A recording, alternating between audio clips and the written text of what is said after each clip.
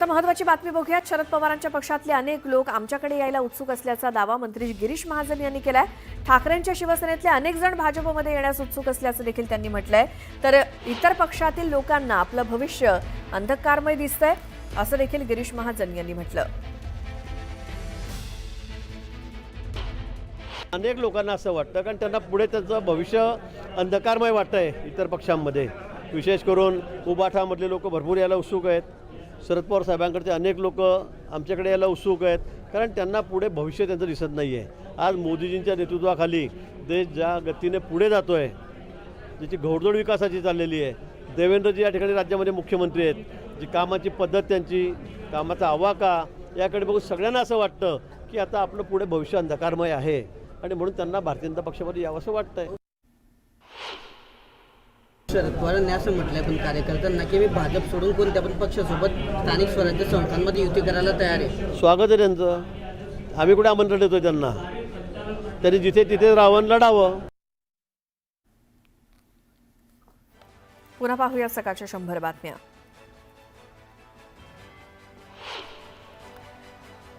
तर शरद पवारांच्या पक्षातले अनेक लोक आमच्याकडे यायला उत्सुक असल्याचा दावा मंत्री गिरीश महाजन यांनी केला। ठाकरेंच्या शिवसेनेतले अनेक जण भाजपमध्ये येण्यास उत्सुक असल्याचंही त्यांनी म्हटलं। इतर पक्षातील लोकांना आपलं भविष्य अंधकारमय दिसतंय असं गिरीश महाजन म्हणाले। कारखान्याच्या हितासाठी आम्ही मागचं सोडून दिलं। मी राजकारण करायचं तिथे करेनच। जिथे प्रपंचाचा विषय आहे तिथे राजकारण करणार नाही असं स्पष्टीकरण अजित पवारांनी दिलं। माळेगाव सहकारी साखर कारखान्याच्या निवडणुकीत सहकार बचाव शेतकरी पॅनलच्या वतीनं खासदार सुप्रिया सुळे यांच्या हस्ते नारळ फोडून प्रचाराचा शुभारंभ करण्यात आला। बारामती तालुक्यातील पंधरे इथे श्री भैरवनाथाच्या मंदिरात पूजा करून प्रचाराचा शुभारंभ करण्यात आला। सोलापूर एमआयडीसी जळीतकांड प्रकरणी सोलापूर महानगरपालिका अधिकाऱ्यांवरती मनुष्यवधाचा गुन्हा दाखल झाला पाहिजे अशी मागणी इम्तियाज जलील यांनी केली। प्रामाणिकपणे चौकशी झाली तर संजय शिरसाट जेलमध्ये जातील असा टोला त्यांनी लगावला। काँग्रेसच्या काळातही विकास झाला, मात्र गेल्या 11 वर्षातील विकासाची गती अधिक आहे। 11 वर्षात मोठ्या प्रमाणात विकास झाल्याचं वक्तव्य अशोक चव्हाण यांनी केलं। कामठी विधानसभा निवडणुकीतील मतदार नोंदणीवरती काँग्रेसचे सुरेश भोयर यांनी केलेले आरोप हे खोटे असून आणि दिशाभूल करणारे आहेत। वाढीव मतदानाच्या आरोपावरती भाजपनं स्पष्टीकरण देत आरोप फेटाळून लावले। पुण्यामध्ये आदित्य ठाकरेंच्या वाढदिवसानिमित्तानं कबड्डी स्पर्धेचं आयोजन करण्यात आलं। यावेळी बॅनरवरती आदित्य ठाकरे आणि अजित पवारांचे एकत्र फोटो बघायला मिळाले। जालन्यात पंकजा मुंडेंच्या उपस्थितीत जिल्हा नियोजन समितीच्या बैठकीचं आयोजन करण्यात आलं होतं। यावेळी अतिवृष्टी घोटाळा प्रकरणी तत्काळ कारवाई करण्याचे निर्देश पंकजा मुंडेंनी अधिकाऱ्यांना दिले। बीडच्या श्री क्षेत्र चाकरवाडी येथे आमदार धनंजय मुंडे यांनी राष्ट्रीय कथाकार पंडित प्रदीपजी मिश्रा यांच्या शिवमहापुराण कथेला उपस्थिती लावली। संत ज्ञानेश्वर माऊलींच्या पुण्यतिथी उत्सवाच्या सांगताप्रसंगी शिवमहापुराण कथेचं आयोजन करण्यात आलं होतं। यवतमाळमध्ये पालकमंत्री संजय राठोड यांनी नाट्यगृहाची पाहणी केली। लवकरात लवकर नाट्यगृह यवतमाळकरांच्या सेवेत दाखल करण्याच्या सूचना देण्यात आल्या। बच्चू कडूंना उपचारासाठी रुग्णालयात दाखल केलंय। बच्चू कडू यांच्यासह 23 उपोषणकर्त्यांना रुग्णालयात दाखल केलं असून 10 कार्यकर्त्यांची प्रकृती खालावली आहे। तर बच्चू कडू यांच्यावरती अतिदक्षता विभागात उपचार सुरू आहेत। निदर्शनं करून मूळ मुद्दा बाजूला ठेवू नका। बच्चू कडूंनी ज्या मागण्यांसाठी उपोषण केलं त्याला पाठिंबा द्या। गोंधळ घालून राज्याचं लक्ष विचलित करू नका असा सल्ला अमोल मिटकरींनी प्रहारच्या कार्यकर्त्यांना दिला। आषाढी वारीमध्ये सहभागी होणाऱ्या वारकऱ्यांसाठी राज्य सरकारनं मोठा निर्णय घेतलाय। आषाढी वारी निमित्तानं मानाच्या 10 पालख्यांसोबत येणाऱ्या 1109 दिंड्यांना प्रतिदिंडी 20,000 रुपये अनुदान देण्यास प्रशासकीय मंजुरी देण्यात आली आहे। याबाबत शासन निर्णयही राज्य सरकारनं जारी केलाय। वैष्णवी हगवणे प्रकरणातील आरोपी निलेश चव्हाण आणि वैष्णवीचा पती शशांक हगवणे या दोघांना पुन्हा 2 दिवसांची पोलीस कोठडी सुनावण्यात आली आहे। निलेश चव्हाणवर कसपटे कुटुंबाला धमकावल्याचा तर शशांकवरती बनावट कागदपत्रांद्वारे शस्त्र परवाना मिळवल्याचा आरोप आहे। पुण्याच्या कोंढव्यातून 4 संशयित बांगलादेशींना अटक करण्यात आली आहे। कोंढव्यातील मजूर वसाहतीतनं बांगलादेशींना ताब्यात घेण्यात आलं। लष्करी गुप्तचर विभाग आणि कोंढवा पोलिसांनी ही संयुक्त कारवाई केली। जालन्यातील अतिवृष्टी अनुदान घोटाळ्यातील अधिकाऱ्यांवरती गुन्हे दाखल करा अशा मागणीचं निवेदन देण्यासाठी शेतकरी पंकजा मुंडेंकडे गेले होते। यावेळी पोलीस अधिकाऱ्यांनी शेतकऱ्यांना ढकलून देत जमिनीवरती पाडलं। जालना जिल्हाधिकारी कार्यालयासमोर ही घटना घडली। विक्रोळी पूर्व आणि पश्चिमेला जोडणाऱ्या उड्डाणपुलाचे आमदार सुनील राऊत यांनी देखील उद्घाटन केलं। भाजप आणि शिवसेनेनं उद्घाटन केल्यानंतर आता उबाठा पक्षानं सुद्धा उद्घाटन केलं। ठाण्यातील कावेसर तलाव वाचवण्यासाठी हिरानंदानी इस्टेटमध्ये लाँग मार्च काढण्यात आला. सुशोभीकरणाच्या नावाखाली काँक्रिटीकरण करण्याचा घाट घालण्यात येत असल्याचा आरोप स्थानिकांनी केलाय. डोंबिवलीतील रस्त्यांवरती भर पावसात डांबर टाकून खड्डे बुजवण्याचं काम सुरू आहे. त्यामुळे प्रशासनाचा भोंगळ कारभार समोर आलाय. जिल्हा परिषदेच्या शाळांना नवरूप देण्यासाठी ग्रामपंचायती आणि सरपंचांनी पुढे येऊन शाळेच्या वाटचालीत सक्रिय सहभाग घ्यावा. पुणे मॉडेल स्कूल आणि मॉडेल प्राथमिक आरोग्य केंद्र उपक्रम राज्यामध्ये राबवण्यात येईल अशी घोषणा उपमुख्यमंत्री अजित पवार यांनी केली. पिंपरी चिंचवड महापालिकेच्या कर आकारणी आणि करसंकलन विभागानं थकबाकी वसुलीसाठी व्यापक स्वरूपात जनजागृती केल्यानंतरही शहरातील 76,688 मिळकतधारकांकडे 498 कोटींची थकबाकी आहे. या थकबाकीदार मिळकतधारकांना 2025-26 या आर्थिक वर्षाच्या देयकासोबतच जप्तीपूर्व नोटीस पाठवण्यात आली आहे. राज्यातील बाजार समितीमध्ये सोयाबीनला कमीत कमी 3,900 रुपयांचा पासून ते सरासरी 4,300 रुपयांपर्यंतचा सरासरी दर मिळाला.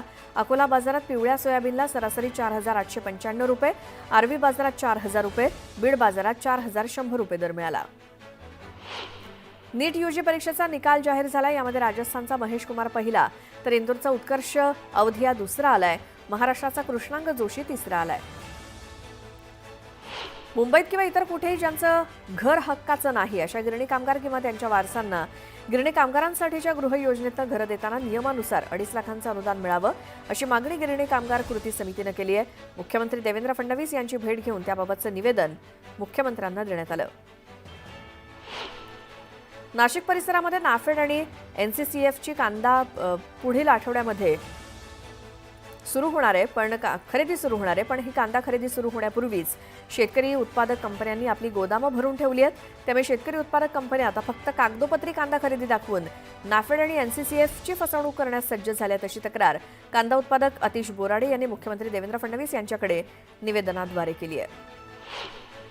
मसाजोगचे सरपंच संतोष देशमुख यांची कन्या वैभवीनं नीटची परीक्षा उत्तीर्ण केली. खासदार सुप्रिया सुळेंनी बारामती इथल्या सभेतनं वैभवीला फोन करून तिचं अभिनंदन केलं. सरपंच संतोष देशमुख हत्या प्रकरणातील फरार आरोपींना तात्काळ अटक करा या मागणीसाठी मसाजोगच्या गावकऱ्यांनी रास्ता रोको आंदोलनाचं निवेदन प्रशासनाला दिलंय. धनंजय देशमुख, वैभवी देशमुख आणि गावकरी 16 जून रोजी अहिल्यानगर ते अहमदपूर राष्ट्रीय महामार्गावरती रास्ता रोको आंदोलन करणार आहेत. या बातम्यानंतर इथे वेळ झाली एका छोट्याशा ब्रेकची. तुम्ही कुठे जाऊ नका, पाहत राहा फक्त न्यूज 18 लोकमत. पाहूयात सकाळच्या 100 बातम्या. मंडणगड शहरातील नागरिकांच्या घरात पुराचं पाणी शिरलंय. महाड आंबडवे या राष्ट्रीय महामार्गाचं काम सुरू असल्यामुळे तुळशी घाटात दरड कोसळण्याचा धोका वाढलाय. सध्या तुळशी घाट हा वाहतुकीसाठी धोकादायक बनलाय. गुहागर तालुक्यात पावसानं थैमान घातलं असून सर्वत्र पाणीच पाणी झालंय. नव्यानं बांधलेले रस्ते उखडून निघालेत. पावसाचा जोर ओसरला असला तरी रस्ते वाहून गेल्यामुळे दळणवळणाच्या साधनांवरती मोठा परिणाम झालाय. दिवा, डोंबिवली, कल्याण आणि ग्रामीण भागात जोरदार पावसानं हजेरी लावली. पावसामुळे सखल भागात पाणी साचल्यामुळे नागरिकांना पाण्यातनं वाट काढताना त्रास सहन करावा लागतोय. डोंबिवलीमध्ये जोरदार पाऊस झाला. कल्याणमधील छत्रपती शिवाजी महाराज चौक परिसरातील रस्त्यावरती देखील गुडघ्याभर पाणी साचल्यामुळे या रस्त्यावरती मोठ्या प्रमाणात वाहतूक कोंडी झाली आणि महापालिकेनं केलेल्या नालेसफाईच्या दाव्यावरतीच या पावसानं प्रश्नचिन्ह निर्माण केलं. वाशिमच्या रिसोड तालुक्यातील किनखेड परिसरात विजांच्या कडकडाटासह जोरदार पाऊस झाला. यावेळी झाडावरती वीज कोसळून एका माकडाचा मृत्यू झाला तर एक माकड गंभीर जखमी झालाय. रत्नागिरी जिल्ह्यातल्या दापोली परिसरात पावसानं जोरदार हजेरी लावली. अचानक आलेल्या पावसामुळे नागरिकांची तारांबळ उडाली. भिवंडी शहर आणि ग्रामीण भागात पावसानं दमदार हजेरी लावली. त्यामुळे नागरिकांची तारांबळ उडाली तर रस्त्यावरती पाणी साचल्यामुळे वाहन चालकांना मोठी कसरत करावी लागते. गुहागर तालुक्यात पावसानं कहर केला असून पालशेत बाजारपेठेला नदीचं स्वरूप आलंय. पालशेत इथल्या खारीवाड्यामध्ये पाणी शिरलं असून 70 ते 80 घरं पाण्याखाली गेली होती. गावकऱ्यांच्या सतर्कतेमुळे लोकांना आधीच बाहेर काढण्यात यश आल्यानं जीवितहानी टळली. हवामान खात्यानं वर्तवलेल्या अंदाजानुसार दक्षिण रायगडमध्ये पावसाच्या सरी बरसल्यात तर दक्षिण रायगडातील गोरेगाव परिसरातील मुकुंदनगर आणि वावेगाव परिसरात ढगफुटी सदृश्य पाऊस झाला. या पावसानं गावातील गटारं, शेतात, रस्त्यावरती सखल भागात पाणी साचून फुटभर पाणी रस्त्यावरून वाहत होतं तर काही ग्रामस्थांच्या घरात हे पाणी शिरल्यामुळे त्यांची तारांबळ उडाली. जळगाव जिल्ह्यातील मुक्ताईनगर तालुक्यात अवकाळी पावसानं हजेरी लावली. वादळी वाऱ्यासह आलेल्या पावसामुळे केळी बागेचं नुकसान होण्याची शक्यता आहे. त्यामुळे केळी उत्पादक शेतकरी चिंतेत सापडलाय. खेड दापोली मुख्य मार्गावरील पर्यायी मार्गावरनं पाणी वाहत असल्यामुळे मुख्य मार्ग वाहतुकीसाठी बंद करण्यात आलाय. दापोलीमधील कुडावळ इथे रहदारीसाठी बांधलेली मोरी पाण्यात वाहून गेली आहे. दादरच्या शिवाजी पार्क परिसरात वादळी वाऱ्यामुळे झाड कोसळलं. घटनास्थळी मुंबई पोलीस आणि अग्निशमन दलाची 2 वाहनं दाखल झाली आहेत. झाड बाजूला करण्याचं काम सुरू आहे. या घटनेत कोणतीही जीवितहानी झालेली नाही. पुण्यात झालेल्या मुसळधार पावसामुळे वाघोलीमध्ये एक दुचाकीस्वार पावसात वाहून जातानाचा व्हिडिओ सध्या सोशल मीडियावरती व्हायरल होतोय. हा व्हिडिओ वाघोलीतील केसनन फाट्यावरचा असल्याची माहिती मिळाली आहे. नाशिकच्या येवल्यात मुसळधार पावसानं सलग 3ऱ्या दिवशी हजेरी लावली. जोरदार पावसामुळे शेतकऱ्यांनी दुबार पेरणीच्या संकटाची चिंता व्यक्त केली आहे.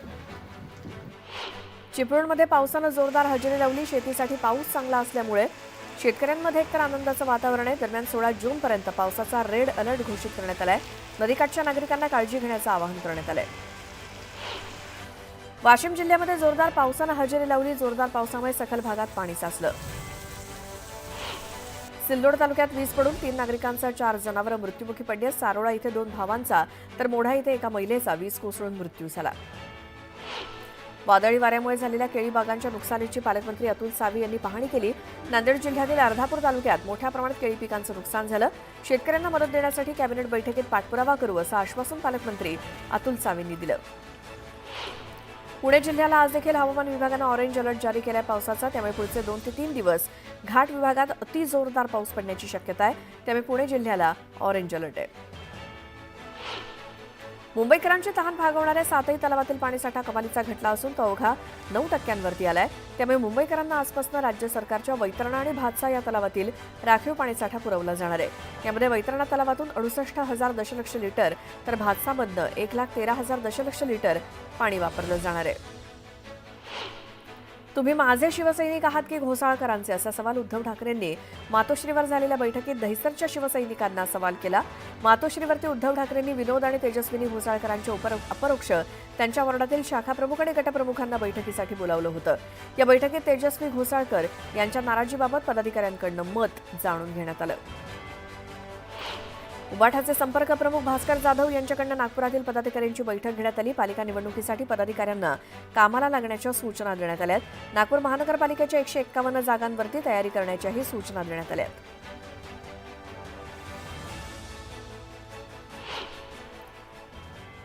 एक महत्त्वाची बातमी बघूयात. कोण कोणाला कशासाठी भेटतंय ते माहिती नाही. आम्हाला साथ आली त्याला आम्ही प्रतिसाद दिला.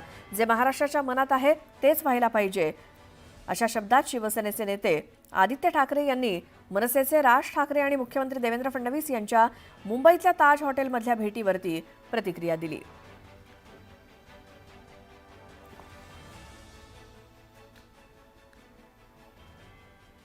कोण कोणाशी भेटतंय काय बोलतंय हे आम्हाला माहिती नाहीये. आमचं मत स्पष्ट आहे. जे महाराष्ट्राच्या मनात असेल ते होणं गरजेचं आहे. मराठी माणसाच्या हितासाठी असेल, महाराष्ट्राच्या हितासाठी असेल. आम्ही तर साधला प्रतिसाद दिला होता. पुढचं आहे महाराष्ट्र बघत आहे. पण प्रस्ताव नेमका कुणी द्यावा म्हणजे बघा, मला आता जायचं नाही. हे टेक्निकल गोष्टी आहेत. कोणी काय कधी कसं. एक महत्वाचं आहे, तुम्हाला एवढंच सांगतो, जे महाराष्ट्राच्या मनात असेल तसं आम्ही वागायला तयार आहोत. प्रतिसाद देत नाही तसं काही घडतंय? त्याच्यावर मला काहीच आता वक्तव्य करायचं नाही. वाशिमच्या रिसोड तालुक्यातील मांगूळ, झनक, केशवनगर आणि देगाव या वीज उपकेंद्रांवरनं 35 गावांना होणारा वीज पुरवठा 2 दिवसांपासून खंडित असल्यामुळे हजारो ग्रामस्थांचे प्रचंड हाल होत आहेत. त्यामुळे आक्रमक झालेल्या ग्रामस्थांनी वीज उपकेंद्रावरती धडक दिली. यावेळी वीज पुरवठा सुरळीत करण्याची मागणी ग्रामस्थांनी केली. पुण्यातलं केईएम हॉस्पिटल बॉम्बनं उडवून देण्याची धमकी देण्यात आली आहे. पुणे पोलिसांना अज्ञात व्यक्तीकडनं मेलवरनं ही धमकी आली. या प्रकरणी पुणे पोलिसांकडनं तपास सुरू आहे. नवी मुंबईत मोठ्या बांधकाम प्रकल्पांना परवानगी देणारा नगररचना विभाग, प्रभावी असणारे मलनिस्सारण खातं आणि तसंच स्थापत्य विभागात मोक्याच्या ठिकाणी बदली मिळावी यासाठी प्रशासकीय प्रमुखांवरती वेगवेगळ्या मार्गाने दबाव आणला जात असल्याची चर्चा सुरू असते. यासाठी पालिका आयुक्तांनी लेखी परीक्षांचा उपाय काढलाय. बीड जिल्ह्यातील मसाजोगचे सरपंच संतोष देशमुख यांची मुलगी वैभवी देशमुख नीट परीक्षा उत्तीर्ण झाली. वैभवीला नीटच्या परीक्षेत 147 गुण मिळाले. श्री विठ्ठल रुक्मिणी मातेच्या दर्शनासाठी येणाऱ्या भाविकांना सुलभ आणि जलद दर्शन मिळावं म्हणून मंदिर समितीकडनं आज प्रथमच टोकन दर्शन प्रणालीची चाचणी घेण्यात येणार आहे. चाचणी दिवशी सुमारे 1200 टोकन उपलब्ध होणार आहेत. राज्यात कोरोना रुग्णांच्या संख्येत वाढ होते. काल 53 नवीन रुग्णांची नोंद करण्यात आली. राज्यात रुग्णांची संख्या 1967 वरती पोहोचली आहे. कर्जमाफीत सगळ्या गोष्टीवरती इलाज आहे का, असा सवाल उपस्थित करत मंत्री गिरीश महाजन यांनी शेतकरी कर्जमाफीबाबत वेळ लागत असला तरी पुढील काळात ती देण्याबाबत मुख्यमंत्री आणि उपमुख्यमंत्री सक्षम आहेत. वेळ लागत असला तरी ती दिली जाईल. सरकारनं नाकारलेलं नाही, असं गिरीश महाजनांनी म्हटलंय. मुंबई उच्च न्यायालयाच्या आदेशानंतर ठाणे महापालिकेच्या शहर विकास विभागानं शहरातील नाविकास क्षेत्र आणि हरित क्षेत्रात झालेल्या अनधिकृत बांधकामांचं सर्वेक्षण सुरू केलंय. सर्वेक्षण सुरू करून 2 दिवसात अहवाल सादर करण्याचे आदेश संबंधित अधिकाऱ्यांना दिलेत. राज्यातील 11वीच्या केंद्रीय ऑनलाईन प्रवेश प्रक्रियेतील शून्य फेरीमध्ये राखीव कोट्याअंतर्गत 60,487 विद्यार्थ्यांनी प्रवेश निश्चित केलाय. आता विद्यार्थी आणि पालकांना केंद्रीभूत पहिल्या फेरीचे वेध लागलेत. सध्या मावळात पावसानं चांगलाच जोर धरला असून त्यामुळे इंद्रायणी आणि पवना नद्या ओसंडून वाहत आहेत. देहूत इंद्रायणी नदीच्या घाटावरती पाणी पायऱ्यांवरती आलंय. इंद्रायणी नदी दुथडी भरून वाहू लागली आहे. श्री संत तुकाराम महाराज पालखी रथाची देहूत चाचणी घेण्यात आली. यंदाचा 340वा पालखी सोहळा असून देहू ते पंढरपूर असा पायी पालखी सोहळा 18 जूनला देहू गावातनं सुरू होणार आहे. त्यासाठी देहू देवस्थाननं पालखी रथाला बैलजोडी जुंपून या रथाची चाचणी घेतली. पावसाळ्यातील संसर्गजन्य आजारांवरती नियंत्रण मिळवण्यासाठी खासगी डॉक्टरांचं योगदान महत्त्वाचं असतं. शहरातील प्रत्येक नागरिकाचं आरोग्य सुरक्षित ठेवणं हे सामूहिक उद्दिष्ट आहे. त्यासाठी डॉक्टरांनी आपल्या रुग्णांपर्यंत तपासणी, स्वच्छता आणि पाणी झाकून ठेवणं ही त्रिसूत्री रुग्णांपर्यंत पोहोचवावी, असं आवाहन महापालिका आयुक्त शेखर सिंह यांनी केलं.